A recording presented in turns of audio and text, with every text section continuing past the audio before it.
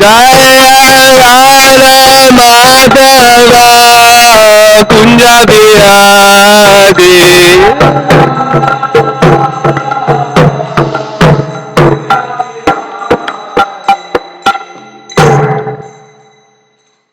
Jai Om Vishnu Pad Paramahamsa Parivrajikacharya Ashto Tadasata Shri Srimad Divine Grace A.C. Bhaktivedanta Swami Srila Prabhupada Ki Grantara Srimad Bhagavatam Ki Samaveta Bhaktivinoda Ki Nitai Gaur Premanand. All glories to the assembled devotees.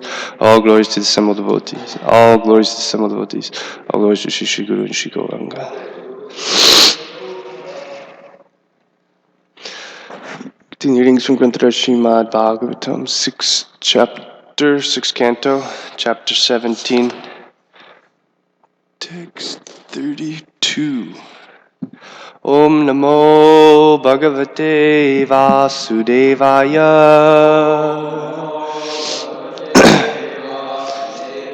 Om Namo Bhagavate Vasudevaya.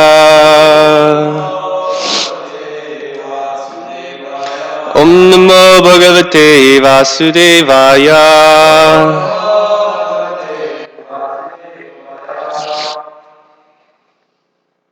Naham Vilincho Nakumara Narada Na Brahma Putra Munaya Sureshaha Vidhamaya Yesitam Am Shakam Shaka Natat Sarupam Pritagishamanina Natam Vidincha Nakumara Narada Na Brahma Putra Munaya Sureshaha Vidhamaya Hitam Am Shakam Saka Natat Sarupam Pritagishamanina Naham Virincho Nakumara Narada Na Brahma Putra Munaya Suresha Vidhamayasye Hitam Amshakam Shaka Natat Sarupam Pritagishamanina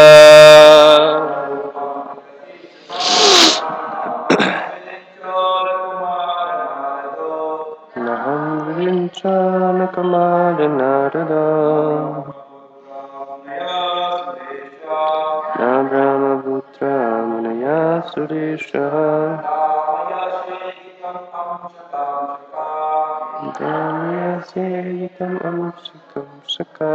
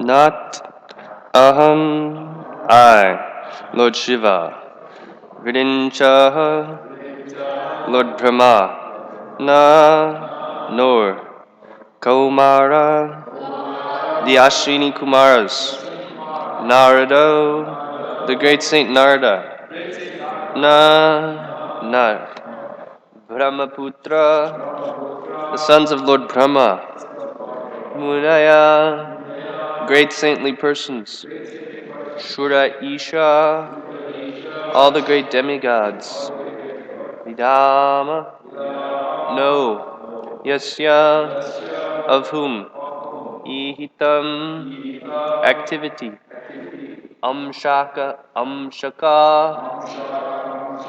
those who are parts of the parts, not, Tat, his, Swarupam, real personality, Kritak, separate, Isha, rulers, Manina, who consider ourselves to be. Translation, purport by His Divine Grace, A.C. Bhaktivedanta Swami Srila Prabhupada Ki. Translation, neither I, Lord Shiva, nor Brahma, nor the Ashwini Kumaras, nor Narada, or the other great sages who are Brahma's sons, nor even the demigods, can understand the pastimes and personality of the Supreme Lord. Although we are part of the Supreme Lord, we consider ourselves independent, separate controllers, and thus we cannot understand His identity.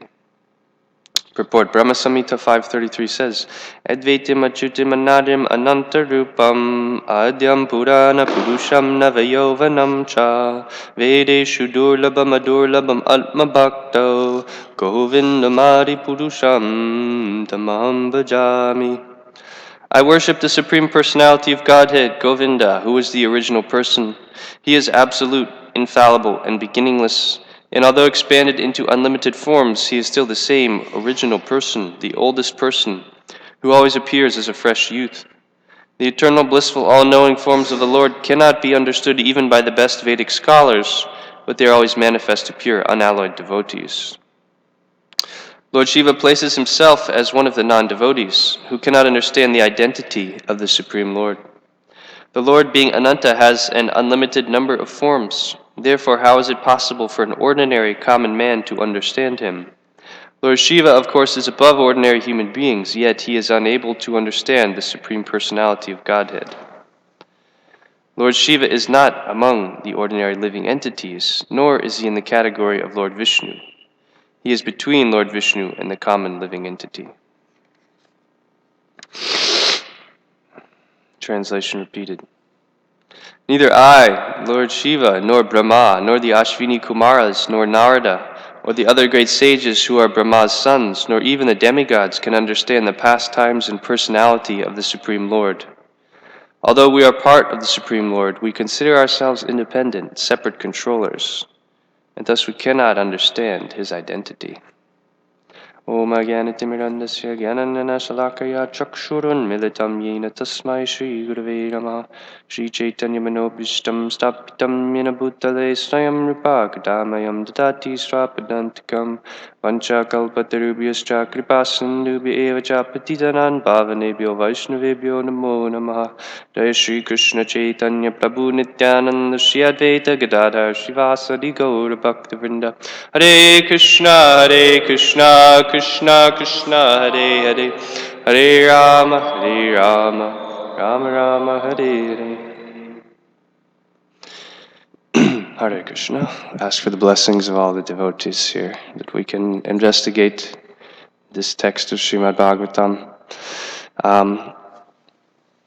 I'd like to go back just a few verses so we can get the scheme here of what's being expressed. Lord Shiva is now speaking, and he's offering some quite remarkable statements that have been exhibited by King Chitraketu.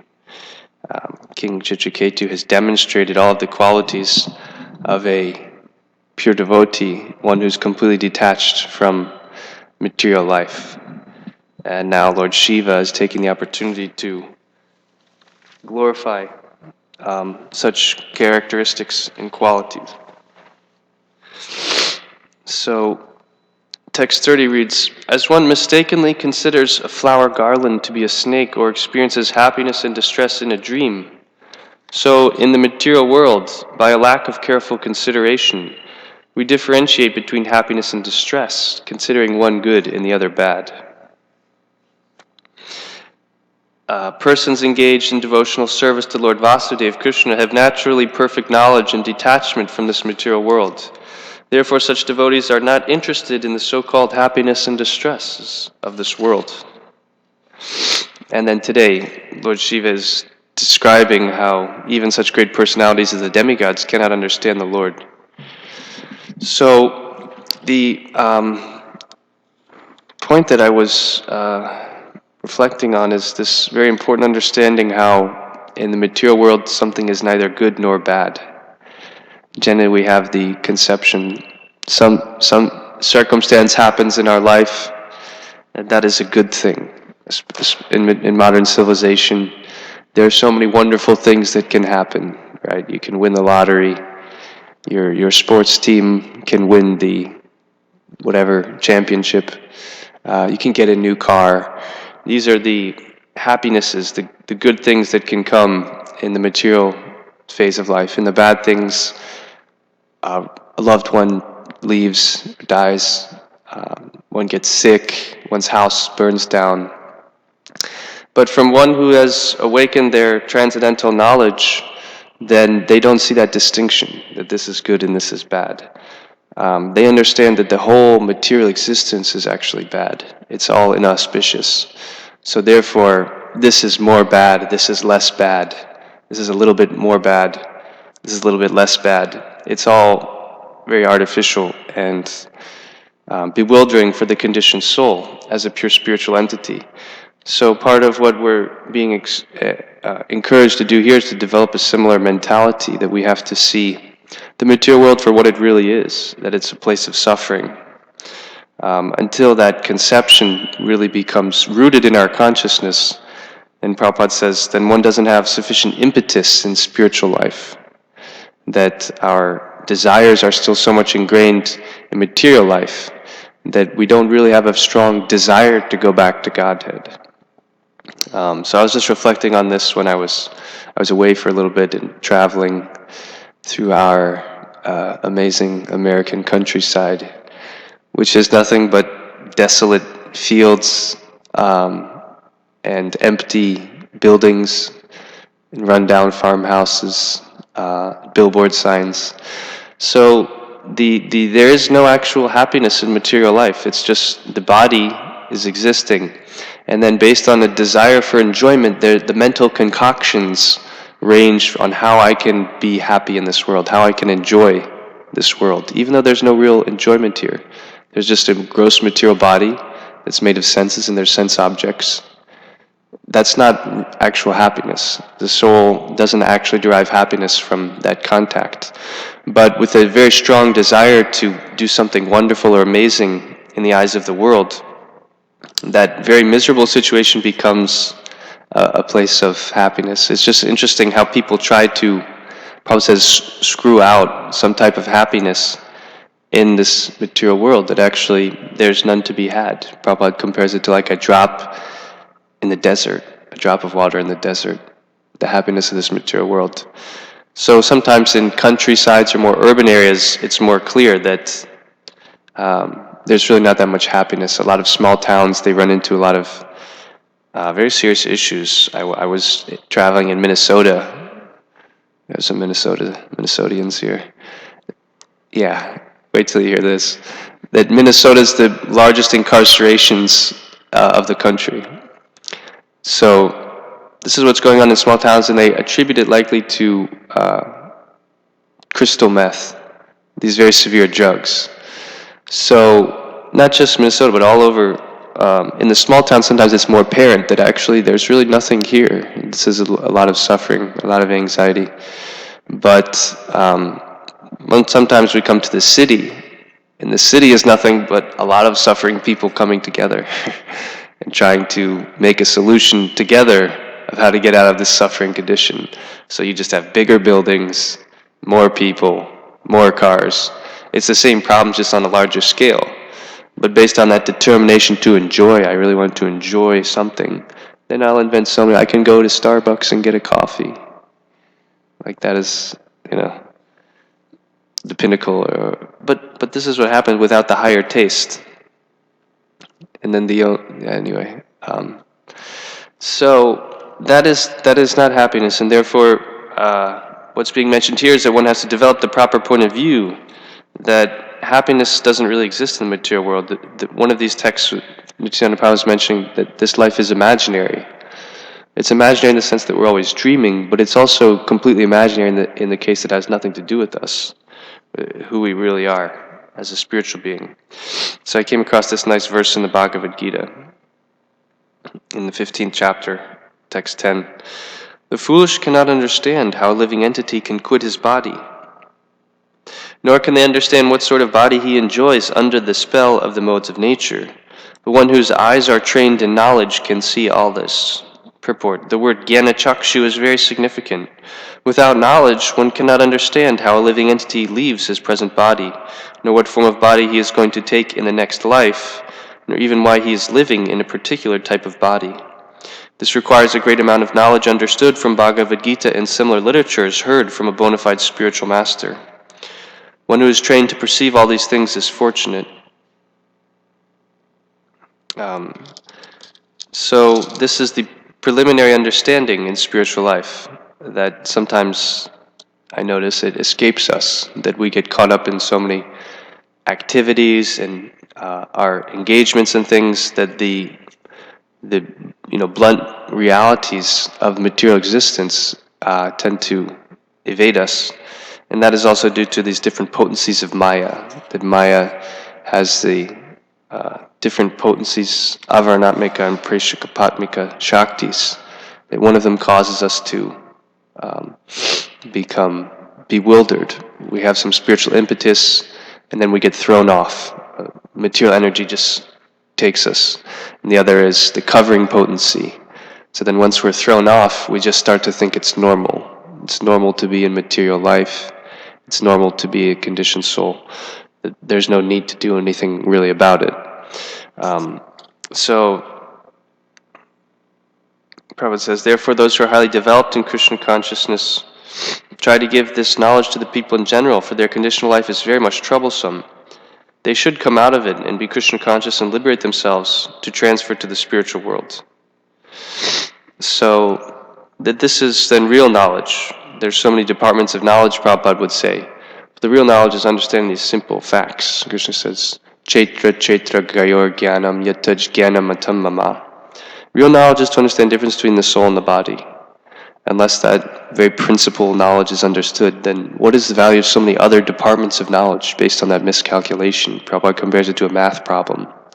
You get the first equation wrong. It doesn't matter how elaborate. Wow, look at those amazing, just pages and pages of equations, whole chalkboards filled up. Wow, such elaborate details. It's all wrong because the first principle was incorrect. So therefore, that's real knowledge. Krishna says, Abrahma bhuvana loka punar avartinorjuna. That from the highest planet in the material world down to lowest, all they're places of misery. And that misconception arises based on this identification with the body. And therefore, one develops this consciousness that although we are part of the Supreme Lord, we consider ourselves independent, separate controllers. Thus we cannot understand his identity. So based on that misconception, then the desires are all directed towards my independent, my own controllership. If I don't see my connection with God, then I happen to take that position. That's the nature of the false ego. So I was also going to share a very nice text I was reading in the second canto.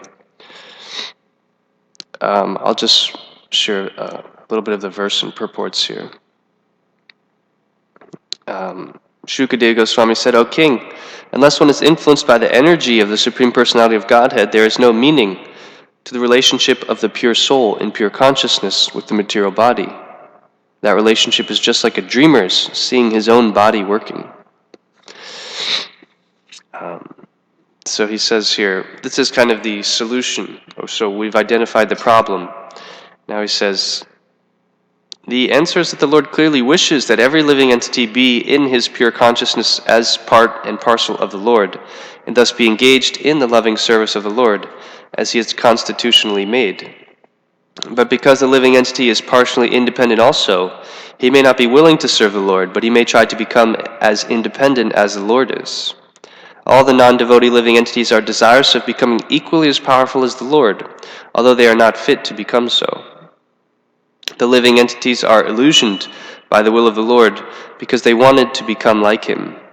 Like a person who thinks of becoming a king without possessing the necessary qualification, when the living entity desires to become the Lord himself, he is put into a condition of dreaming that he is a king.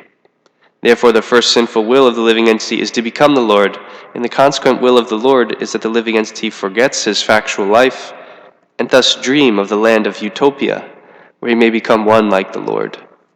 So without the knowledge, one may actually think that. There are many people there's actually many bogus gurus who actually think they are God, but on a subtler sense, that one actually, they dream that this is a utopia. This world is a place where I can do whatever I want, forgetting how severely they're limited by the laws of nature.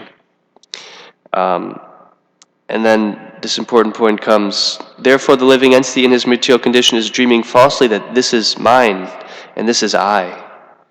The dream is that the conditioned soul thinks of his material body as I, or falsely thinks that he is the Lord and that everything in connection with the material body is mine. Thus only in dream does the misconception of I and mine persist life after life, as long as the living entity is not purely conscious of his identity as a subordinate part and parcel of the Lord.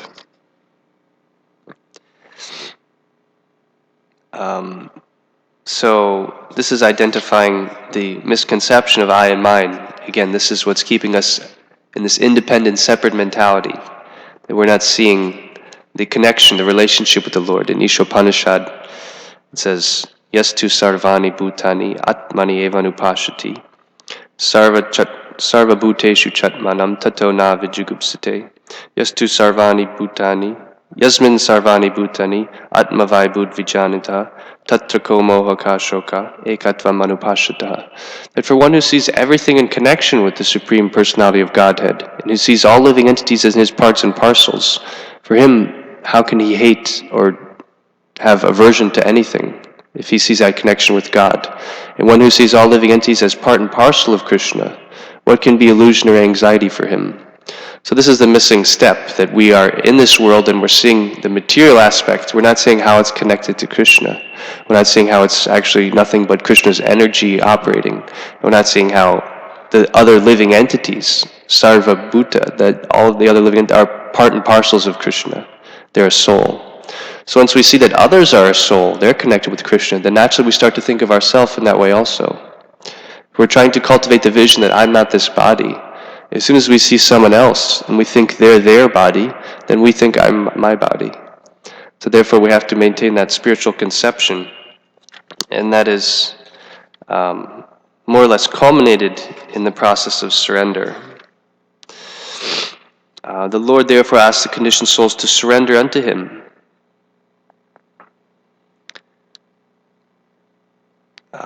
The Bhagavad Gita says that one can be freed from the control of material nature by surrendering unto the Supreme Lord, but if there is no surrender, then the living entity will never be able to control the material nature.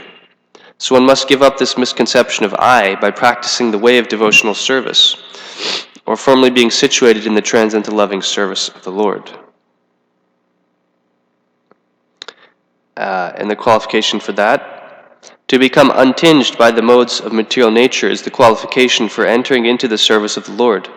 As long as one is servant of mental concoctions, one cannot be completely free from the disease of I and mine. And then he quotes, Mam chayo vyabhicharina bhakti yogena sevate sagunan samatitaitan brahma bhuyaya kalpate. That's the qualification for surrender, to get free from the bodily consciousness. As long as he says we're serving mental concoctions, we're serving a misconception that I'm my body, these are my likes, these are my dislikes, then we won't establish the qualitative identity with the Lord that's required, right? In order to serve the Supreme, in order to serve the Absolute, one has to become absolute in quality. That means being free from misconceptions of who I really am. As long as I think I'm a material being, then I can't engage in the service of the Lord because we're on different platforms, right? It's like circles and squares. But once we develop the consciousness, I'm a soul, I don't have anything to do with the body, then we can get free from the modes of nature. the modes of nature, are influencing us on that point of false ego, that you are the body. So, therefore, Krishna says the real key to all of this is understanding Krishna's position. Bhoktaram yagyas tapasam sarvaloka maheshwaram suhridam sarvabhutanam gyatvam shantam richti. That real peace is achieved when we understand that Krishna is the supreme enjoyer. He's the supreme controller. And becoming transparent medium of Krishna's service to make our will, our desire, in line with Krishna's desire. That's the platform of harmony, where I'm actually engaged in Krishna's service through the process of surrender. As long as there are so many obstacles or blockages to being transparent to the will of Krishna and the spiritual master, then to that degree we can't think of Krishna, we can't chant Hare Krishna, we can't engage in devotional service. So this is a very high platform, but this is what we're called to do, is to develop that form of transparency to the will of the spiritual master, to the will of Krishna. And through that, then get tamam shantam richati, then real peace comes, the real peace of the spiritual condition. So that's really the only way that that peacefulness can come to the living entity, despite so many endeavors to try to manipulate material energy. Those will always prove futile from a higher point of view. And so we're called to develop that consciousness, and that also helps protect us, so that when we walk outside, we don't get attracted, wow, so many cinemas and coffee shops. Rather, we think, this is so unfortunate that this is the recourse. If one doesn't have spiritual life, they have to come down to the level of donuts and coffee shops. That's not what human beings are meant for.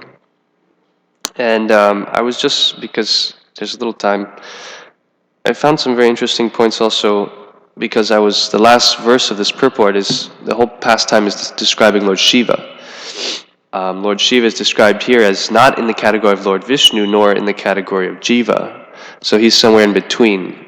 I was hearing Brahma Samhita and the lectures, and it's very difficult to understand the position of Lord Shiva. They said that there's two tattvas that are very difficult to understand, the Guru tattva and Shiva tattva, because they're not here and they're not there. It's this very difficult to conceive of philosophy.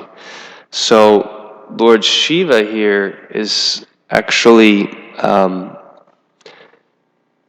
Lord Shiva's different position. The question came up, is his body material or spiritual? Is his abode here or there? So I just found some interesting points I thought I might share in that reference, and also because it is tied into the very topic that we're discussing. We'll hear a little bit about, ultimately we know that Lord Shiva, there's many different manifestations, and the different abodes of Lord Shiva, I was hearing this, so I'll just share it. It's quite complex, so even though hearing it multiple times, I might not have it totally right. It may be hard to get, but there's different abodes of Lord Shiva. So Brahma Samhita is describing 4 actual abodes. One is Shiva Loka, the other is Shada Shiva Loka, and there's Mahakalapur, and then there's Kailash. So Shiva is this manifestation of Vishnu endowed with particular potency, which makes him one with and different from. Because just like milk, when you add a souring agent, it turns into curd.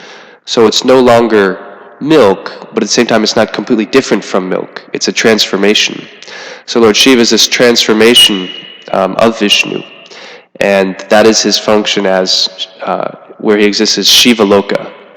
Then when Mahavishnu glances over the material energy, it's described as the halo of that glance is also Shiva. And so these are all considered Mahesh Dham. So that Shiva of Shambhu is described as Shambhu. He resides in this realm of Sada Shiva Loka, which has 2 divisions. It's very interesting. Just like in Vaikuntha, there's a cloud that covers the material energy. And those within the cloud are in the material world, those who are transcendental are in the spiritual world. So also this Sadashiva Loka has these different divisions.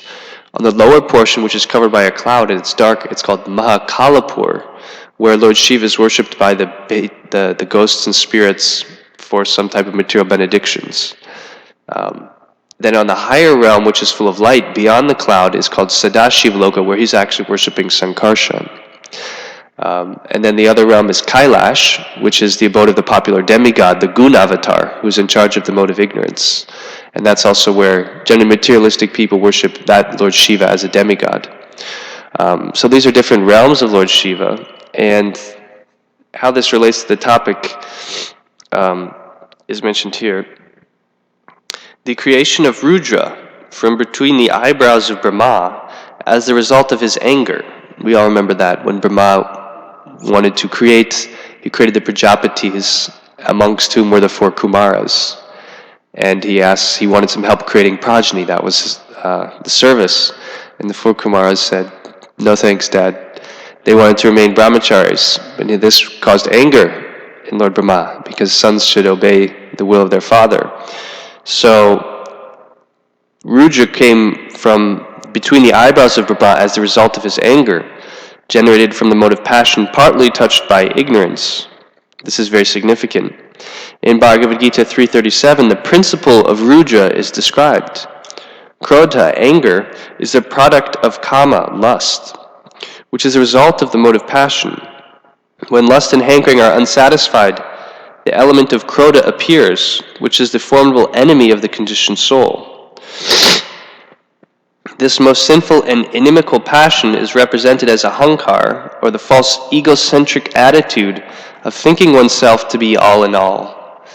So this is what happens when this anger, the senses are deprived of their sense objects, then anger develops. From that anger, this ego comes out, that I am the all in all. I don't care about others. I don't care if I'm harming others.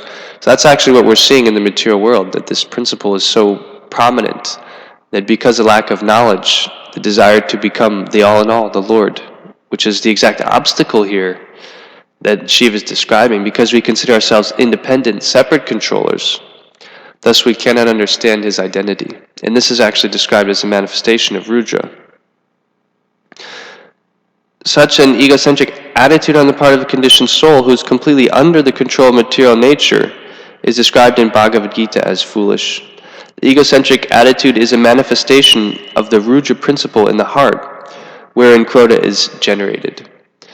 So, because we are describing Lord Shiva, and we haven't gotten throughout this classes so much focused on his position, I thought that was relevant, that this type of independent enjoying spirit is actually a manifestation of Rudra via mode of ignorance, which causes this ego that has us try to exploit the material world to our fullest potential, to try to be the enjoyer, to try to make that impossible possible, happiness in the material world.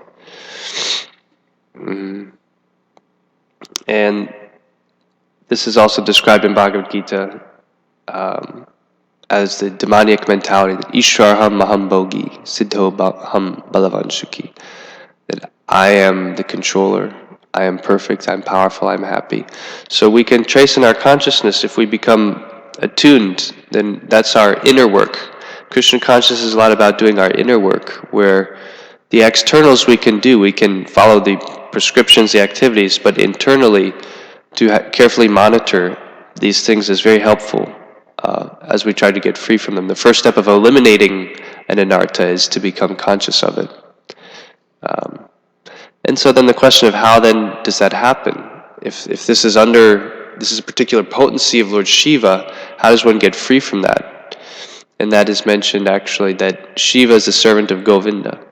So by serving Krishna, then naturally Shiva is also a servant of Krishna. So if we just serve Krishna, then all these things get removed by the mercy of Govinda, who's the controller of Lord Shiva and all the other demigods mentioned here. I might stop there for now and see if there's any questions or comments. And I'm just speaking on these points strongly because I see them within myself. I have a lot of these things. I have a lot of realization on these topics, so that's why I can talk about them. Hare Krishna. Yes, Ru. Hare Krishna Prabhu. I was trying to understand this sentence in the purport about Srila Prabhupada is saying Lord Shiva places himself as one of the non-devotees. Is it only because of humility or there is another reason for this? Yeah, Can you it's say humility. Lord Shiva says, generally the great souls, they pray like this often on taking the part of conditioned souls. But Prabhupada mentions he's definitely not in the category of jiva, or what to speak of non-devotee. I was also trying a little bit after that. He's saying that even Lord Shiva cannot understand the Supreme Lord, what to speak of the human beings. Can you say a few words about this?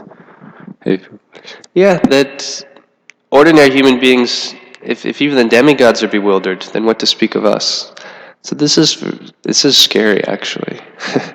The great demigods, they can't understand Krishna. So what are we trying to do? Are we trying to surpass the demigod? They can't understand, but we can. But actually, by this disciplic succession, by the parampara, we've gotten all of the knowledge how to understand Krishna, how to get free from material attachments, how to understand the suffering of the material world, the process of bhakti. The acharyas have written such elaborate commentaries, descriptions of Krishna Loka. So everything is actually given that one can attain that. Krishna says, Bhakti mama bijananti yavanyas chasmi tattataha. Only by bhakti can you understand me. Only by devotion can you understand and enter into my being. So, although it seems like impossible, by Krishna's mercy, by Lord Chaitanya's mercy, the impossible is possible. So that's our fortunate position. This is the fortunate position of Kali Yuga. The Mahaprabhu has come and given this most rare, most valuable thing. It's practically unheard of. It's like so beyond our realization of what we're involved in. The highest form of love of God given to the highest thing given to the least qualified. So that's a cause for celebration and also strong deliberation, consideration, and meditation, that we try to really take advantage, because it's not going to come around very often. Thank you, Prabhu. Yes, Prabhu. There are 2 points. You're talking about the knowledge, that the knowledge comes that we are not a body, we are soul. Then we understand the fickleness of this material nature and we try to connect the relationship with Krishna. But this knowledge, you can say if I'm wrong or you can correct me, anyone. When the knowledge comes, it's a level of fixed level of consciousness, nishtha. You become totally fixed that, okay, I'm not a body, I'm soul. So, if this knowledge comes, if he doesn't use this knowledge further in the bhakti, he becomes so hard. And even if we're in bhakti, this knowledge, position of knowledge is such a high position that we start differentiating. Not differentiating, but it's such a high position that, okay, we start differentiating that, okay, I'm not a body, I'm soul. And that, this ego, false attachment, it goes, if I'm not wrong, it goes up to the level of bhava. Okay? So, yeah, the person who is at the knowledge level, if he become detached, understanding the situation, like how long it take to blink the eye, he should get detached. Okay, something has happened, fine, happened, detach. He fall down, start again. Api chetasi duracharo. Just start again. So that's, if that is a level of consciousness, then he's in a safe position. Or if he's associating with the devotees, again, that's a safe position. But if he remain in his own cubby, that okay, I am the best and I can solve my problems by my own, that's a very difficult position. Is it a question you have? It's a comment. Or a comment? Comment. And the Okay, second, I didn't exactly draw the 2 points together, but I was wanting to say that it seems like very high platform, like I'm not the body. I'll only fully realize that at the stage of Swarup Siddhi. But the point is that by first step is hearing about it, then you actually can act on it. Even you're not totally there yet, our process is implementation, application. So then there will come points when I'm in a situation where I'm not totally self-realized, but I can act on my understanding that I'm not the body. Whereas my mind and intelligence may be saying, yes, do this, do that. If the knowledge is there, if we're considering of those points, then I can transcend that lower nature. So little by little you can act on it. It's not that I just okay, I'm a material body, and in the stage of body, I'm self-realized. It's gradually, it develops. So each stage, there's the application for that application. I'll be in that difficult situation, and I'm going to choose not to identify with my mind. I'm going to choose not to identify with my urges, right? These different vachas, vegams.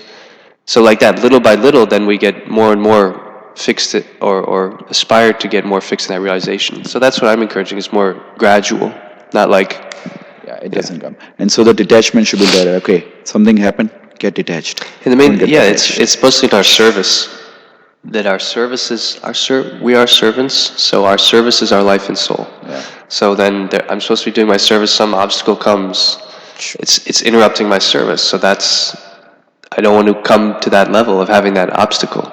So therefore, that's when we get tested, to really continue in our service and to take up more service. Then that is how we apply that principle. That's the solution. Otherwise, it gets stuck. Second thing you told about surrendering, and you give the beautiful verse, Mamachayo Vaibhicharina. That's very, and surrendering, start from that verse only, or there are different level of surrender? Initially, when you do. Prabhupada says that's when real devotion begins. Oh, really? So we're in the temple, we're doing bhakti, we're doing devotional service, but someone could ask, are we? Because real devotion is that at that stage, we're aspiring devotees, we're aspiring servants. We're not really there yet.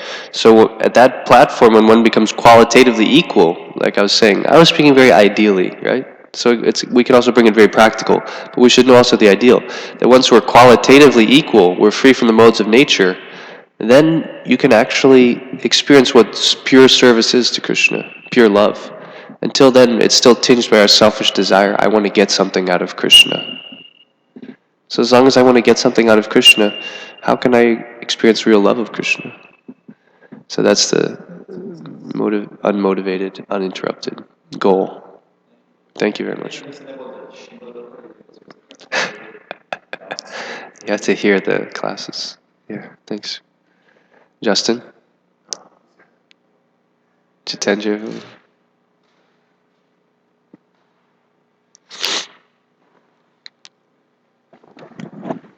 Like bhakti yoga as opposed to karma yoga, Prabhupada says, what do you want to do for Krishna? What do you like to do for Krishna? And the devotee said, well, I like to do this or this. But, on a more surrendered platform, he'll say, you'll do what I'll tell you to do for Krishna. Exactly. So I remember that's the level they tried to bring everybody to when I first came to the temple. And a Mahabhagavat doesn't think he's a Mahabhagavat.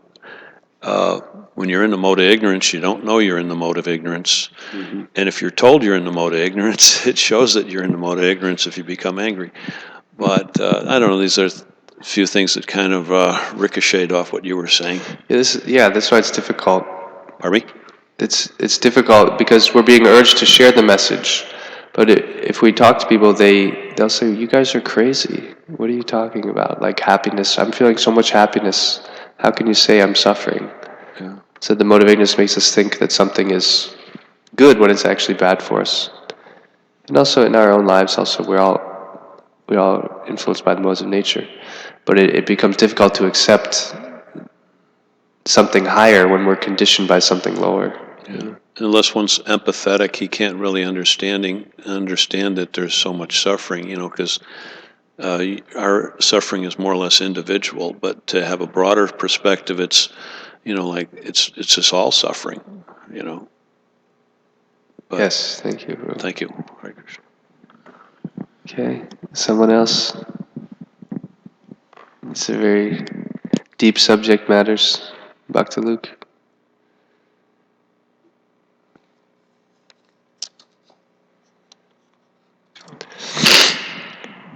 Hare Krishna. On the topic of the living entities are thinking they're happy, so they're not so inclined to hear these messages of, the material world is a place of misery, so therefore take up devotional service. It's interesting that in the Vedas there's like a very wide range of preaching strategies. On the one hand, we see people who are sufficiently detached from the material world and also sufficiently still not totally averse. So then they're in a position where they're eligible for devotional service. Whereas persons who are in a position of excessive aversion to the material world, then they're more in a position where they're eligible for like a jnana yoga. Of course, we preach bhakti yoga, but it is possible to like pitch our tradition, emphasize certain things. Like, for example, for persons who are interested in material happiness, it will be very difficult to convince them on the spot if they're attached to that. So, one like example of how to kind of connect our philosophy and our practices with that is to just explain that actually with a vegetarian diet, for example, you can be healthier and happier. You can have a longer life, And then by chanting Hare Krishna, then you'll have greater mental clarity, and your relationships will improve because you'll be less self-centered, So like in the Vedas, we see that happening. Like Prabhupada would say, the mother gives the medicine in a ladu. So it's just interesting how, we hear devotees are like desire trees, the Vedas are like desire trees, so it's possible to present the philosophy in such a way that everyone would be attracted. We just have to kind of be attuned to what the living entity is looking for and then show them that Krishna will give them that and more. And then gradually, of course, their aspirations will become more and more refined as they realize actually there's no real happiness here. So then it's like a incremental kind of approach. Probably there are other perspectives also, but just on that topic, like some people, they don't want to hear the material world's an awful place. So, of course, we say it's in the Bhagavad Gita, but one-on-one, we don't have to emphasize that. We can emphasize, well, look, you want material happiness, you'll get that by practicing bhakti yoga. So practice bhakti yoga,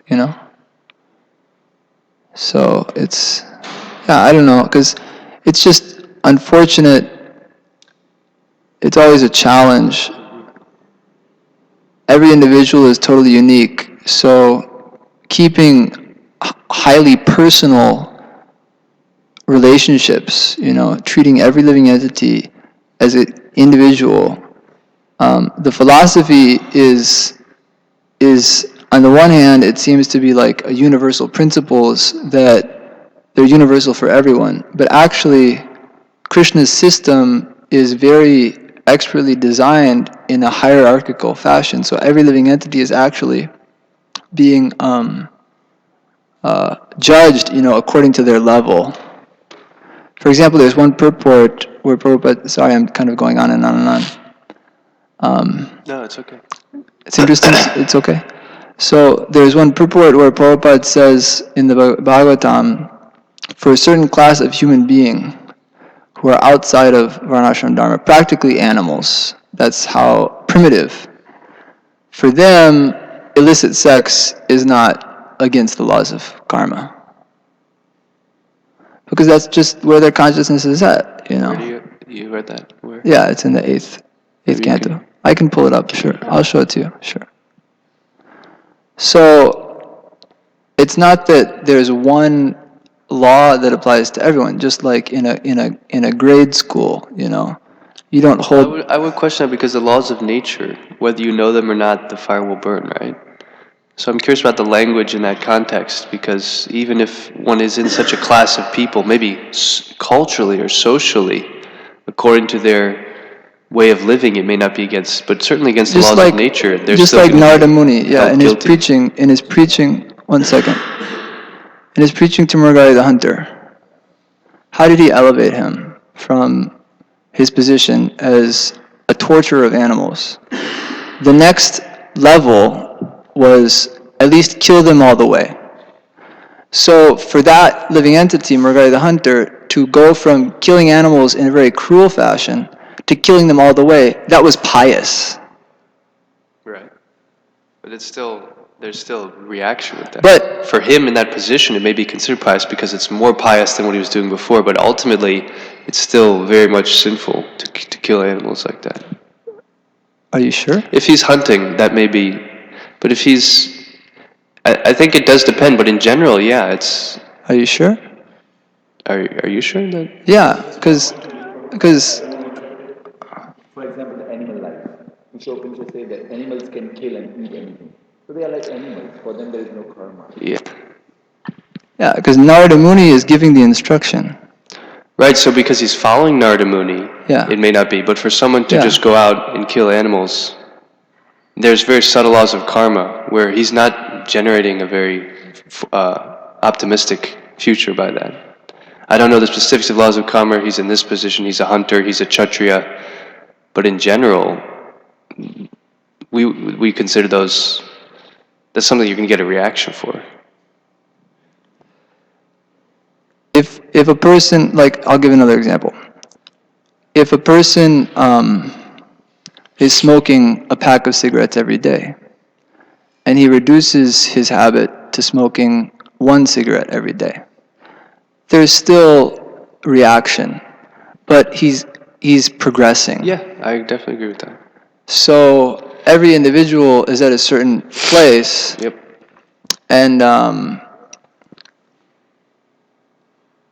there's just different standards, for every living entity, like different elevation for one person might be, like for me to start smoking one cigarette a day, that would be not recommended. You know what I'm saying? Yeah. Anyway, I didn't mean to get into like a very It's a good controversial question. area, but it's important, I feel, to keep in mind every individual is unique and needs individual attention and care, not, kind of just slapping some big kind of blanket I of agree. laws I and think it's a nice point of regulations. discussion as far as how we present the philosophy. And I think there are different approaches. Certainly the Vedas do give that all-encompassing, but just to maybe balance or play a little bit on the other side, just for the sake of discussion, that in the age of Kali, the Prabhupada would say there are these other ways, but ultimately they take so much time. He says, why go that route? In Kali Yuga especially, our lives are so short. So it may be difficult to say that, but if a devotee has some realization and has qualities, then he can present even very unpalatable things, very nice, like Jai Jagannath. He'll be saying something so heavy, but he'll say it with a big smile. Everyone will love it. So I think that the purity factor in presenting such heavy subject matters also has merit. Sometimes people want to hear the heavy stuff. I know in the early days, devotees, even they weren't so much into, they liked hearing a totally different point of view. It's like, wow, you guys just telling it as it is, Because nowadays most people accept material civilization, it's a sham. The governmenters are corrupt. They kind of know that stuff by now. They accept there's like a demoniac leadership. So there's also value, I think, in sometimes, as Prabhupada would say, speaking strongly. But that has to be done carefully, otherwise the opposite can happen. But Bhakti Yoga should, Lord Chaitanya's preaching and his encouragement is just take the Bhakti. Yeah, there are these other means. But, as far as how we help as many people as possible, it's a question of how do we do it. Do we make it more approachable, make it more applicable to them, or do we keep it to the pure path of bhakti and just get those souls who have maybe more sukriti, who are more ready to hear those things? I think, like you said, certainly we want to do the most good for the most amount of people, and there will be different approaches and things. But thanks, Ru. It's a really nice topic. Okay, final comment. Ask from the breakfast table because now it's a totally different point now. But the one thing that Prabhu, sometimes people wants to hear nice thing, so we may have to put in a nice way. But they don't want to hear that you're not. Sometimes we have to be happy. Right. But the other thing is for us, in our classes, in our discussions at least, it's very helpful for us to know, to hear, and to speak the reality, because that then it's fixed in our mind. Once we understand it, then we can present it very carefully. But if we don't really grasp it ourselves, then when we try to give a nuanced version, then we may not be giving the real thing also. You cannot speak what you are not. Okay, thank you all very much. I don't have any qualification to speak these things, and I'm trying to learn these points for myself. Srimad Bhagavatam ki jai.